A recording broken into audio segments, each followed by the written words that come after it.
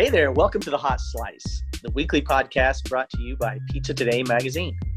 I'm your host, Jeremy White, editor-in-chief of Pizza Today, joined by executive editor Denise Greer. Hey, Denise. Hey, Jeremy. How you doing? I'm large and in charge or something like that. I Large don't and know. in How are you charge. doing? Well, it's July, so It is. it's hot for us here, but Yep. but it's exciting times in the industry right now. I'm pretty psyched about what's happening right now in pizza. It's not just hot for us here with the weather-wise. It's hot in general in the pizza industry, like you said. Yeah, We've got some rising stars that we just previewed in our latest issue of Pizza Today magazine, and all 7 of those individuals are indeed red hot right now. yeah, they are. And let's talk about the fact that there are so many people in this industry that we see and that we know are doing great things, and we Yeah. promise we're going to try to share your story. So if you really are like, why didn't they pick me, send me a note, hit me up, dgreer@pizzatoday.com. Tell me your story, because we won't know about you unless you share it. Now, what we did was we reached out, Jeremy and I reached out to people in the industry, and we said, who's hot right now? And Rob Cervoni is one that came up on everybody's list, right? Everyone almost, yeah. Everyone is talking about him. And so we had to talk to him. We had to find out what's going on with him, because he's kind of newer to us, right, Jeremy? Mm-hmm. Yeah. Yeah. He's been around Pizza Expo, and we have seen him around, but we haven't been able to feature him yet. So it was great to be able to showcase Rob in a kind of a fun way. Yeah, we've watched him compete in the International Pizza Challenge. He specializes in Roman style pizza in Long Island, and he'd caught our eye, but we didn't know a whole lot about him. And everyone we talked to is like, you got to check him out. You got to see what he's doing. You got to see what he's up to. And it just came from all corners. And we reached out, started a dialogue, and it did not take long at all to figure out this young man knows what's up. Oh, he does. And, he's got Taglio in Long Island. And, they're kind of known for, just give me a New York pizza, give me a New York slice. And so he brought something very different, with the Roman style. And so that, that's pretty adventurous on his part to bring something so new and so different. Because, it's not a new style by any means, but it is a rising style in the United States. So bringing that to Long Island, that's pretty adventurous. Yeah, anytime you deviate from the norm, whether it be a standard New York style slice or a tavern and deep dish in Chicago or whatever, anytime you're kind of, first to market or early to the market with a product that people aren't familiar with, think of take and bake way back in the day.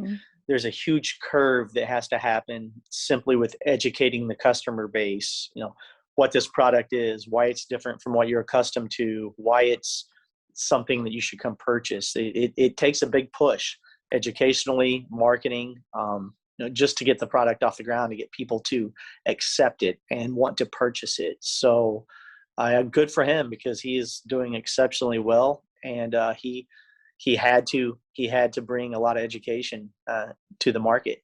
Absolutely. And, let's talk about Roman style for a second, because, Roman is, we've seen the rise in it for the last several years. And in fact, several years ago, I went to San Diego. I went to Na Pizza there in the Italian village there, right off the water, right off the bay, and in San Diego.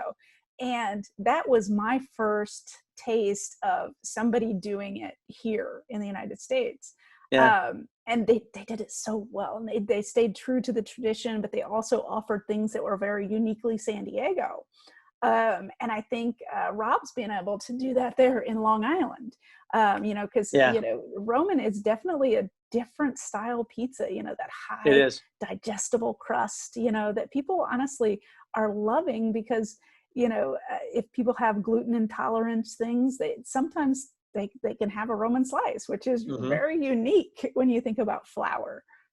And it's delicious. It's a style that I thoroughly enjoy.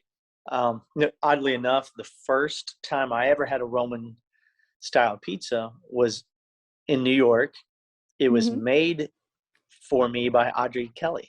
Oh, you know what? So I didn't remember. We did have a slice of Roman yeah, in New York, because that was my first trip to New York. I it totally was. forgot about that.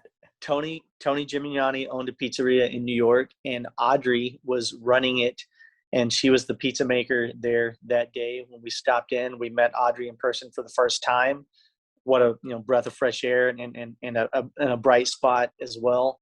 And she made us a Roman style pizza. It's the first time I'd ever had one, and it opened my eyes a little bit.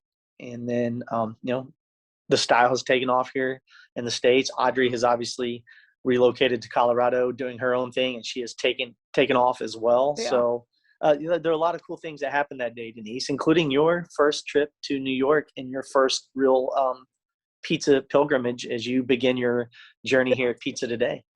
Hey, and you know what? I will recommend that to anyone that loves this industry and loves pizza.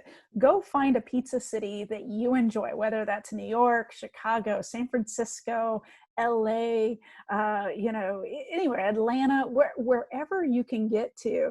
But just go on a pizza tour and explore and find out what's available in that city, because it's you'll sit there and take notes on every place you go, and the styles that you try. I think that day we went to New York, I had 16 slices of pizza. Now, I didn't eat the whole slice, but I had 16 slices, and I made it through. But I really think, doing a pilgrimage or a pizza tour is so beneficial to this industry. It is, and like you said, it doesn't have to be New York. Obviously, most people consider New York kind of the mecca in terms of pizza in the United States. But look, even Portland, Oregon, has a phenomenal pizza scene. Seattle has a great pizza scene. There are other New Haven cities. Yeah, of course. Look, how can we forget New Haven? Hey, Old Forge. Yeah. I mean, there are so many places that one could go to really delve into various styles of pizza. And like you said, just kind of nerd out, engross yourselves, take notes, and kind of open your eyes and open your mind a little bit. Yeah. Well, I think we should just jump right in and talk to Rob, because he's got a lot to say about Roman style, about, what he's learned about the industry, and, some of the current trends that are happening in pizza. So I think we should just jump right in. Yeah, let's get him on. Looking to grow your pizzeria or restaurant? Then you'll want to try the power of a cloud-based POS system. With Hunger Rush, you'll get everything you need. This fully integrated restaurant management system allows you to easily streamline operations, accelerate the delivery process, and grow your business through Hunger Rush 360 marketing. And it's so easy to use. Want AI-powered text ordering? It's built in. Need to track orders? No problem. Schedule a personalized demo at hungerrush.com today.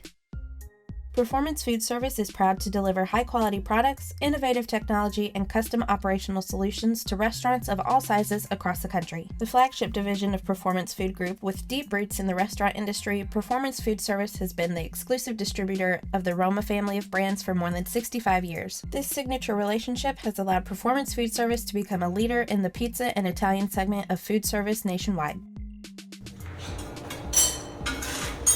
Hear that? That's the sound of a pizza being made with delicious Baccio cheese. For the past decade, Baccio has provided customers exceptional Italian pizza cheese with its signature kiss of buffalo milk. With a superior melt, endless stretch, and a rich, creamy taste beyond compare, Baccio is honored to celebrate this 10-year anniversary with all of its partners. Schedule a demonstration at bacciocheese.com/hotslice to learn more. Pizza's your legacy. Build it with Baccio.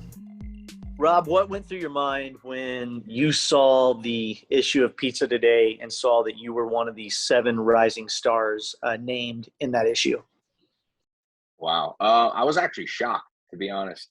I kind of keep to my own little circle, and Pizza Today being a nationwide magazine, it just showed you that when you keep your head down and work hard and focus on your craft, that people notice. I guess going to the expos and that kind of thing, and doing the competitions and consistently placing, right up there. Oh, I've never gotten below, top 10. So when you consistently place high, I guess important people start to notice. So I was really shocked, and I was really thankful, because I haven't been in this industry that long yet. So only being open 4 years to be nationally recognized was an absolute honor. And I work hard and focus on my craft. And I think the fact that I do a style of pizza that is really hot right now, and it's one of the most difficult ones to do. I think people kind of see that and say, wow, this guy's doing this consistently on a daily basis, and also teaching other people how to do it. Right. I think, and Roman style pizza is so hot right now that's kind of what is putting me up there. Well, let's describe talk. For a moment. Oh, go ahead, Denise. I was going to say, let's talk Roman style. Yeah, why don't you tell us about what your vision of your Roman style is, and kind of what kind of drew you to that style? Sure. So growing up, I worked in a pizzeria, and I live in Long Island, and traditionally on Long Island, every pizzeria is typically the same, right? They have the same pizza, every pizzeria you walk into, the counter's the same. They're using the same ingredients, the same tomatoes, the same flour, and everything. So after college, I opened up a frozen yogurt franchise that I had a couple locations of. And then once that fad kind of died out, I said, I really would like to get back into pizza. I love making pizza at home, and I love being a home baker. And every summer I would go to Italy and see the Roman style pizza, because I'm from Frosinone, which is about an hour south of Rome, right in between Naples and Rome. And in that region, that pizza is super popular. So I always said, well, why isn't this in America? I came home, started doing some research, and found this guy, Massimiliano Savea, who is an international Roman teacher. Like, he teaches Roman style pizza to everybody. So I linked up with him, and recently I became sort of his protege, and we started the school together, and now we're teaching together. Nice. But on Long Island, I wanted to be different. So I did Long Island's first Roman style pizzeria, but there was so many challenges with educating the customers on what it was. So at first, I wanted to be super authentic and, do just prosciutto, mortadella, that kind of stuff. But then I kind of morphed into a Long Island's version of Roman style pizza. I still have all the authentic stuff, but I definitely had to add a buffalo chicken slice and a barbecue chicken slice and a bacca slice, completely against my will. But if you want to stay in business, you have to make sacrifices, and you have to give the customers what they want. Yeah. But and that was definitely challenging to convert those traditional recipes into a Long Island version, but it's really taken off. And so I recently, we're starting to look for our second location. Nice. And I brought on an additional partner, Domenico Tolomeo, who's Mimo Pizzaiolo. Yeah. And he kind of has created his own version of this like New York Neapolitan pizza that we introduced here. So it's not just Roman style pizza anymore. We're doing his New York, and we're doing my Roman, and we kind of came together and created this like powerhouse pizzeria with really artisanal Roman style pizza, really artisanal New York style pizza, and we're looking to expand. But yeah, as far as Roman style pizza goes, it's a high hydration, longer fermentation pizza that basically you could play around with and put whatever toppings you want on top of it. Super light, super airy crust, crispy on the outside, soft in the middle, and super light when you eat it. It doesn't give you that bloated, heavy feeling. So yeah, it's right now it's super hot in the United States. Everybody wants to learn it, and it's going to be. I think it's going to be the next big thing if it isn't already. Can you talk about the way you price it and sell it? Do you do it the way it's done over in Rome, or would that just blow everyone's minds here in the States? And you're I can't fool with that. Yeah, so I know a couple people do it in the United States, and it just never really worked out. me being from frozen yogurt concept, actually you make the yogurt yourself and you weigh it and pay, right? So when I was in Rome, I saw that they were weighing it and paying it. So I was like, wow, that's kind of like what I do, but just the pizza version of it. So I thought about doing that in the beginning, and a lot of people just kind of talked me out of it. They're like, listen, people want a slice. They don't want to know, give me a little piece of this one. It was just too confusing. And I didn't want to, I'm already introducing a new product. I didn't want to confuse it any further. So I kind of just stuck with just doing by the slice and by the pie and take out delivery, pick up, that kind of thing. I think that's a brilliant move. I've not seen that model work too well in the States. I've seen a few people try it, and it doesn't translate to the American consumer. Yeah, I think there was a slice, definitely. Yeah. By the slice is the way to go. A lot of people that I know opened up Roman style pizzerias and even just did it the way I'm doing it. But for some reason, like 4 or 5 years ago, a lot of them just didn't take off, and I think they were just too much ahead of the curve. With the artisanal pizza revolution of people doing things more high-end and differently. And I think now you're starting to see those pizzerias. I was talking to my distributor the other day. He said that he's noticing the traditional pizzerias that have been around forever, their sales are dropping, but the artisanal people like me and a couple other guys, their sales are increasing. So I think we're starting to gain a little bit of the market share of the pizza industry. Absolutely. And, one thing, when we talk about Roman style, because I visited several Roman style pizzerias around the country, and the one commonality that we saw coming and that's here is that people love the high digestibility of the Roman style. And it's kind of on a consumer side, people are looking at that highly digestible crust. What is it about Roman that makes it favor with consumers like that? Sure. I look at the Roman style pizza as a lunch thing. You're coming from work, you want to go grab a slice to eat, and you're eating pizza, and then you got to go back to work with this full belly and feeling lethargic and stuff like that. So what Roman style pizza does is with the higher hydration and the longer fermentation times, the complex carbs are kind of getting eaten up. And you're making like the simple sugars, they're all getting eaten up. So you're making a super digestible product. And I have some customers that are super, they're not allergic to gluten, but they're sensitive to it. And so they come and they say, look, I don't know what you're doing here. I don't know if it's flour or whatnot, but your pizza is the only pizza I could eat without feeling terrible for the next couple of days after, and look, and it all comes back to ingredients too. If you use high quality flour and high quality ingredients, and you get rid of the flours with the bleach and the bromate in it and all those preservatives and all those chemicals, you eliminate some of that gut feeling too. You make it a healthier, more pure product.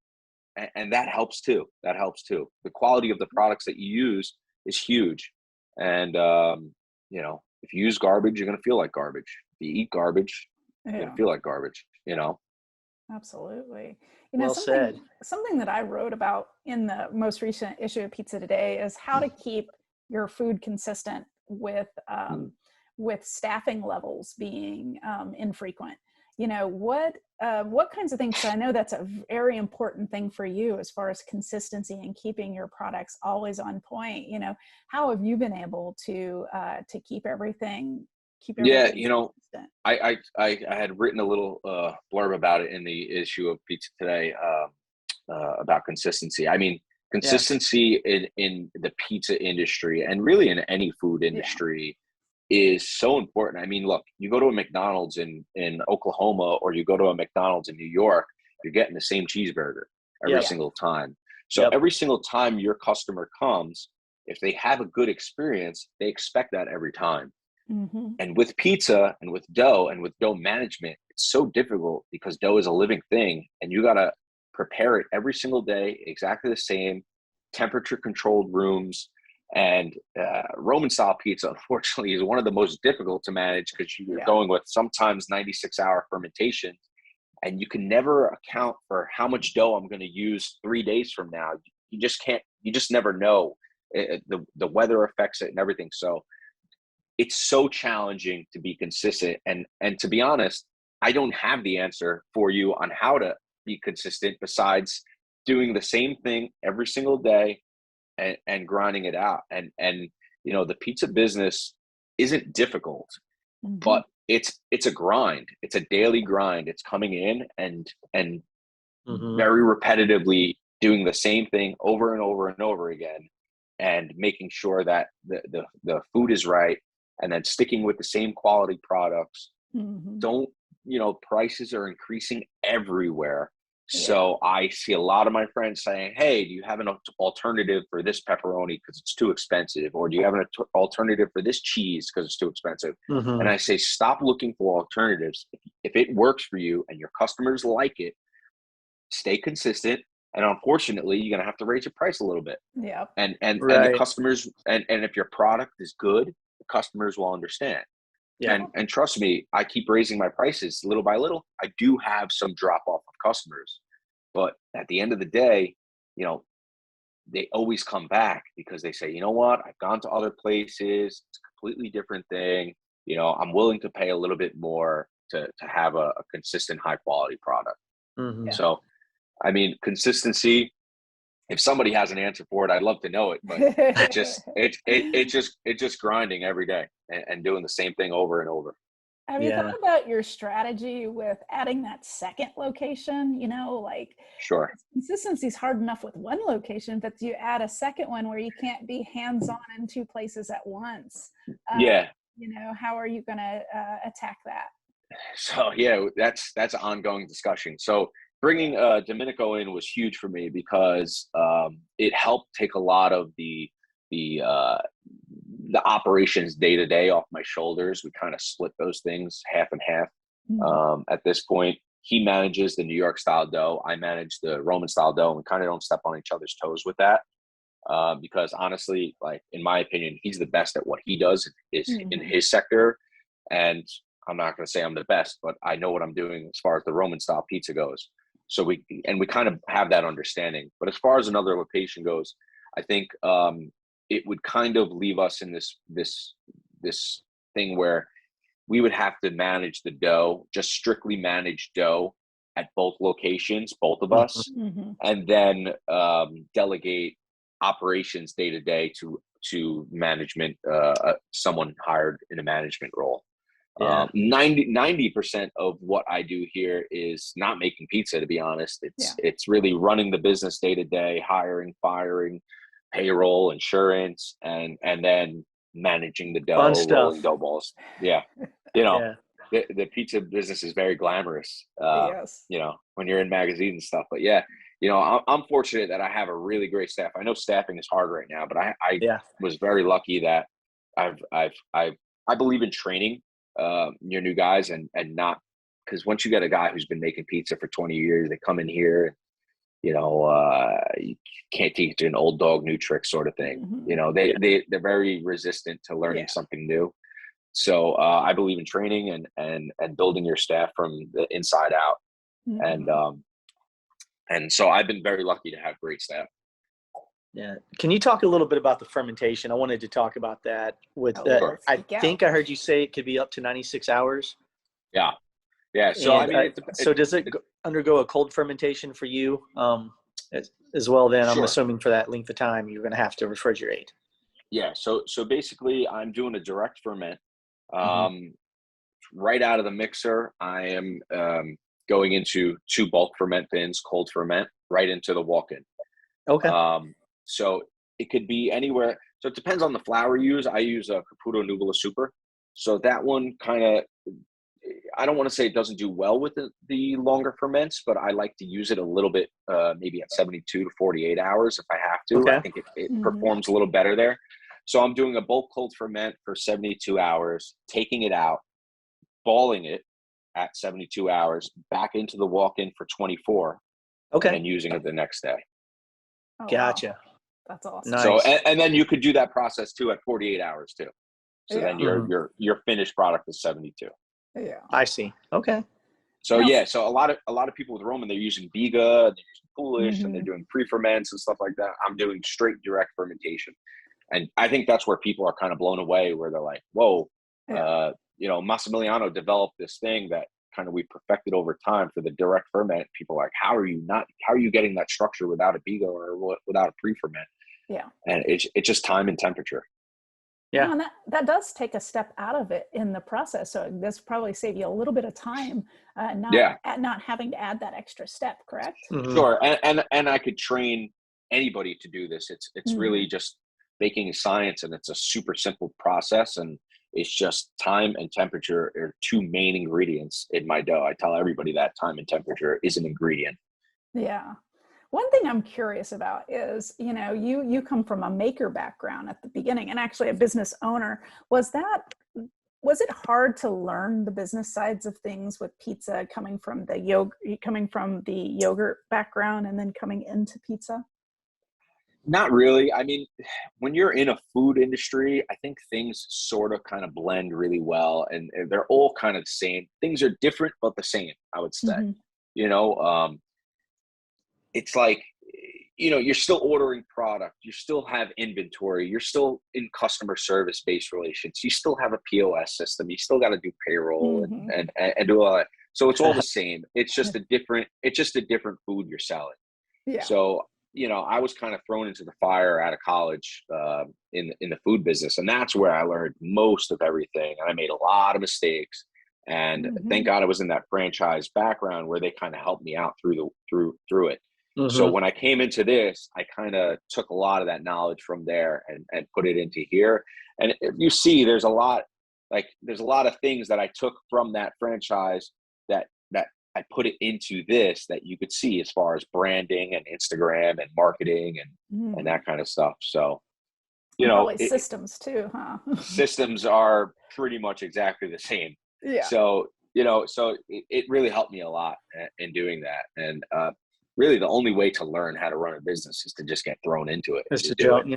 I mean, there's no school. I went to college. There's no school that's going to teach you any of this stuff. There's no school that's going to teach you that an employee gets sick and then you got to get back there and make pizzas and manage a store. It just, there's nothing that could prepare you for that. Yeah. Yeah. Well said.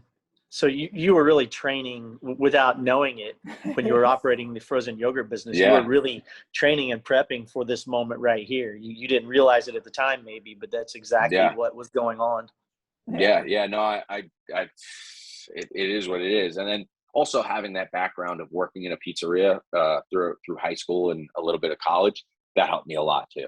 Yeah. But really, the hardest part of this business is staff management. Really, I think in any business, it's just the hiring, firing, keeping things on a professional level, and in any business, I think that's the hardest part is managing other people's lives. Yeah. What's the current climate right now for you with employees? So like I said, I've been really fortunate to have a great staff. I'm fully staffed right now. I know a lot of people are struggling. I know a lot of people are struggling to find people, but fortunately, with Domenico coming in, I had a huge turnover in staff, and I realized that sometimes you have some kind of a poison in your business with staff. They've been here too long. They start to get complacent and they start to kind of not care anymore. And it's so hard to get rid of those people because you're scared of finding someone to replace them. But you kind of just got to take that leap and do it. And then fortunately for me, it worked out. And I completely have a whole new staff since he came in, and this is probably the best staff I've ever had. So I'm very fortunate in that aspect. Nice. Oh, that's awesome. We don't want to take up too much of your time, but I will close you out on one more question. You're kind of you're at the forefront of the industry. You're seeing what's happening. You're competing. You're doing all the great things. What do you see as the next big thing, or what's coming up in the pizza industry from your perspective? It's so hard to say. I think what I'm noticing is the merge of the bread maker and the pizza maker. Yeah. I think that's what I'm noticing. I'm noticing that artisanal pizza is kind of taking over, and it comes from a bread baker's background. So like a Roman style pizza, like a focaccia, like a Sicilian. I think that everybody's leveling up their expertise on correct scientific baking. I think that's where the industry is going now. And unfortunately, for some of the guys that have been in it for a longer time that don't want to learn these new things, they may get left behind. And I think if you're listening to this, and if you've been in the pizza industry for 20, 30, 40 years, and you're stuck in your ways, and you're stuck in your ways of ingredients and your baking process and your dough making process, it's time to start education, re-education, and reinvesting in yourself. Right. And learning these new things, because there's a lot of young up and comers that are super, super talented that are not getting recognized the way I am, that I'm blown away by, and they're coming in fast, and there's going to be like this whole new wave of artisanal pizza and artisanal baking with bread baking backgrounds. Rob, you are 100% correct. And that's actually why we did this Rising Stars. Denise and I, for the last, really honestly, the last five, give or take, Pizza Expos, Denise and I have noticed that change and have talked about that change, and have talked about the kids are coming in hot. And we've talked about that we've seen so many talented young pizza makers like yourself, like Tara Hatton, like many others that were in Rising Stars. And we had a long list of people who didn't make that out of 7 that we will give a lot of love to in the future. But Denise and I have talked about that for many years, that things are changing, and we're like, let's do a Rising Stars and let's start calling attention to this. And I'm glad you said that, because you also gave some very relevant advice. There are people who have been making pizzas for 30 years, the same way every day for 30 years. And they still have a lot to give to this industry as well. But you're right. They really should take a breath and say, okay, maybe it's time to re-educate and re-engage a little bit. So I'm really glad you said that. Yeah. I mean, and there's paths for you out there to re-educate yourself. I mean, there's so many different incredible pizzaiolos doing consulting and doing education. So I mean, just get on the board. And honestly, it's not just the pizzaiolo, it's the customer too that's getting way more educated also. I mean, Instagram and TikTok. I mean, you're seeing some of these guys, what they're doing. They show you what they're making, how their dough process on TikTok, on Instagram. And I'm one of them. And you see that we're doing things different. So don't be complacent. You really just ride, get on the train, and it's going, because it's going to go with or without you. Right. Yeah. Really well said, Rob. Thank you so much for your time today. I've enjoyed talking to you, and I really appreciate you coming on. Absolutely. I learned so much. I appreciate it. Like I said, it was an honor to be mentioned. I was shocked that I was even nominated, because I kind of keep my head down, but that's awesome. Well, you're doing the great things, and we wish you big success on adding that second store, and keep us posted, because we want to continue to follow your success and see what you're up to. Okay. Absolutely, guys. Thank you so much. All right. Thanks a lot, Rob. We'll see you. Take care. Bye-bye. Bye.